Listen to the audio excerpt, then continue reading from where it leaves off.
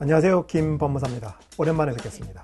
최근에 공인노무사에게 소송대리권을 부여하자는 법률안이 제출되었습니다. 노무사에 대해서 소송대리권을 인정하는 그 법률안에 대해서 어떻게 생각하는지 제 견해를 묻는 질문도 있고, 공인노무사가 무엇을 하는 사람인지, 무슨 업무를 하는 사람인지 잘 모르시는 분들도 있을 텐데, 우선 공인노무사가 무슨 일을 하는지, 제가 공인노무사는 아니지만 제 3자적 관점에서 봤을 때 공인노무사법을 기준으로 해서 한번 살펴보고, 공인노무사에게 소송대리권을 부여하는 것이 과연 합당한지, 정당한지, 형평에 맞는지에 대해서 한번 말씀드려보겠습니다. 아마 취업을 하시고 이제 근로관계에 대해서 문제가 있으면은 아마 노무사 상담을 받아라 라는 말을 많이 들을 거예요. 노무사는 기본적으로 노동법, 여러분들이 많이 상담받는 근로기준법 등 노동관계 법령에 따라 관계기관에 대한 행하는 신고, 신청, 보고, 진술, 청구 및 권리구제 등의 대행 또는 대리를 합니다. 특히 일반인들이 많이 접하는 업무는 채당금 업무죠. 사업주가 임금을 안 주고 파산을 했어. 그때 채당금.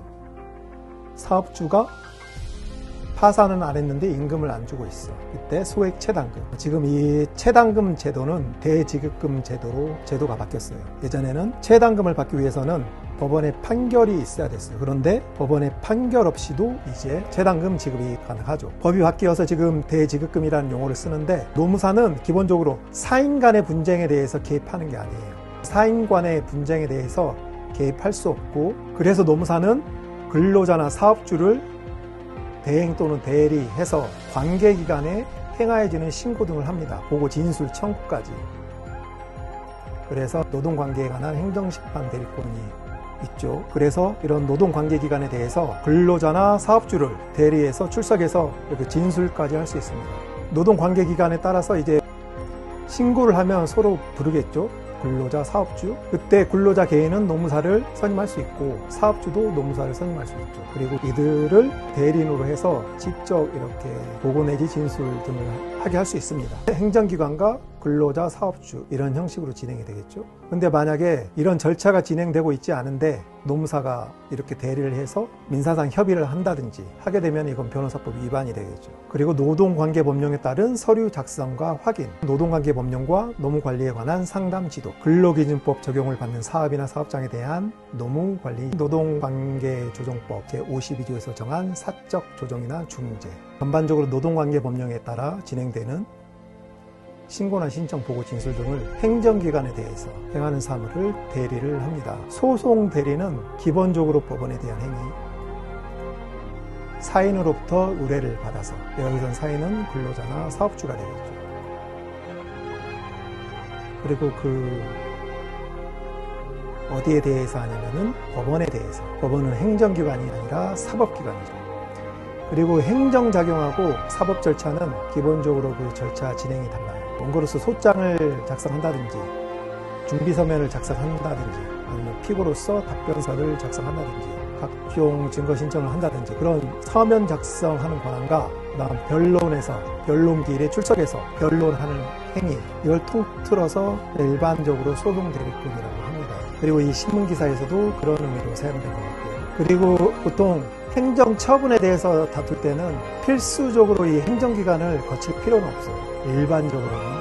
그런데 이 노동관계법령에 대해서는 필수적으로 진호위, 중노위를 거쳐야 됩니다. 필수적으로 행정 절차를 거쳐야 돼요. 중앙노동위원회의 결과에 대해서 도저히 받아들일 수 없다. 그러면 그때 이제 법원에 행정소송을 제기할 수 있죠. 법은 노동쟁송이 지방노동위원회와 중노위를 넘어 중앙노동위원회, 행정소송으로 가는 경우 노무사가 전면에 나설 수 없는 문제를 받기 위한 것이다. 그런데 전면적으로 나설 수 없게 하는 타당한 이유가 있죠.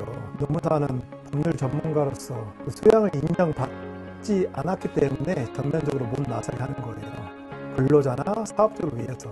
그런데 느닷없이 곧바로 이걸 생략하고 소송대리권을 주장하는 것은 자격제도의 체계상 맞지 않다. 그래서 이분들이 소송대리권을 주장하려면 먼저 법무사 시험을 합격한 후에 소송대리권을 달라고 주장하세요. 이제 법무사 자격을 취득하면 이제 변론권만 주장을 하면 되겠죠. 이런 자격제도에 대한 체계가 무너진 게 저는 개인적으로 이 변호사 선발제도가 바뀌어서 그런 것 같아요. 이 변호사를 사법시험으로만 뽑았을 때만 해도 소송 대리권 주장하는 단체는 법무사밖에 없었죠. 20, 30년 전에 법무사밖에 없었습니다. 그리고 로스쿨이 생긴 다음부터는 이제 각종 단체에서 소송 대리권을 달라고 주장을 하고, 그렇지만 지금 현재 제도 하에서는 로스쿨을 나와야만 변호사 시험을 볼 수 있으니까 지금 회에서는 제도의 타당성 여부는 논외로 하고, 지금 현재 노무사 소송 대리권이 계류 중에 있으니까 바쁜 와중에도 제가 올리는 이유는 또 늦게 올리면 이거 실기할 수 있으니까 빨리빨리 그때그때 대응을 해야죠. 그리고 변호사 단체도 무작정 자기들의 고유고만이라고 주장하니까 이거 방어가 안 되죠. 선거제도에 의해서 뽑힌 공직자에 대해서 우리가 함부로 할 수 없는 이유가 뭔지 아세요? 그건 민주적 정당성 때문이죠. 민주적 정당성. 국민이 직접 선출했기 때문에 한번 뽑아놓으면 그 사람이 잘하든 못하든 어떻게 손을 댈 수가 없어요.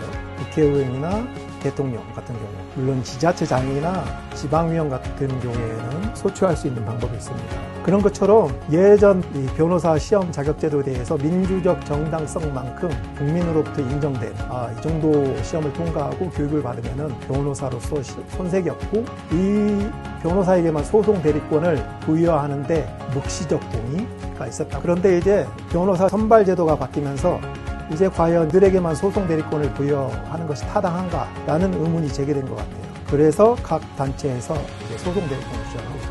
그렇지만 각 단체에서는 이제 소송 대리권을 주장하기 전에 이 체계상 기본적으로 서면 작성부터 해야 되지 않겠습니까? 아직까지 법무사 제도가 살아있는 한 법무사는 누구나 될 수 있다. 누구나 원서를 접수할 수 있습니다. 그리고 1차 시험 합격하고 2차 시험 합격하면 법무사 자격이 주어집니다. 그리고 노무사분들 소송 대리권을 주장하려면 먼저 법무사 자격을 딴 다음에 그때 이제 주장을 하세요. 그때 주장을 하신다면 저는 이제 이유가 없습니다. 네, 오늘은 노무사에게 소송 대리권을 부여하는 공익노무사법 개정안이 발의되었다고 해서 그에 대해서 제 생각을 간략하게 말씀드렸습니다. 물론 제 의견에 대해서 기분이 안 좋거나 언짢으신 분이 계시겠죠. 제 개인적 의견으로 받아들이시고 제 의견이 법무사 단체의 공식적인 의견은 아닙니다. 또 외국 소리스트에게도 답변을 해야 되고 아주 국내전뿐만 아니라 국외전까지 아주 바쁘게 뛰고 있습니다. 네, 끝으로 공인노무사 소송대리권 부여보다 법무사 소송대리권 부여가 먼저라는 말씀을 유호정 의원님께 간곡히 부탁드리며 이번 영상을 마칠까 합니다. 우리 법무사에게 소송대리권이 부여되면 당연히 노동뿐만 아니라 노동과 부수적으로 일어나는 근로자와 사용자 간의 사적 분쟁에 대해서도 해결할 수가 있겠죠. 무엇보다도 저렴한 비용으로. 그럼 이번 영상을 마치겠습니다.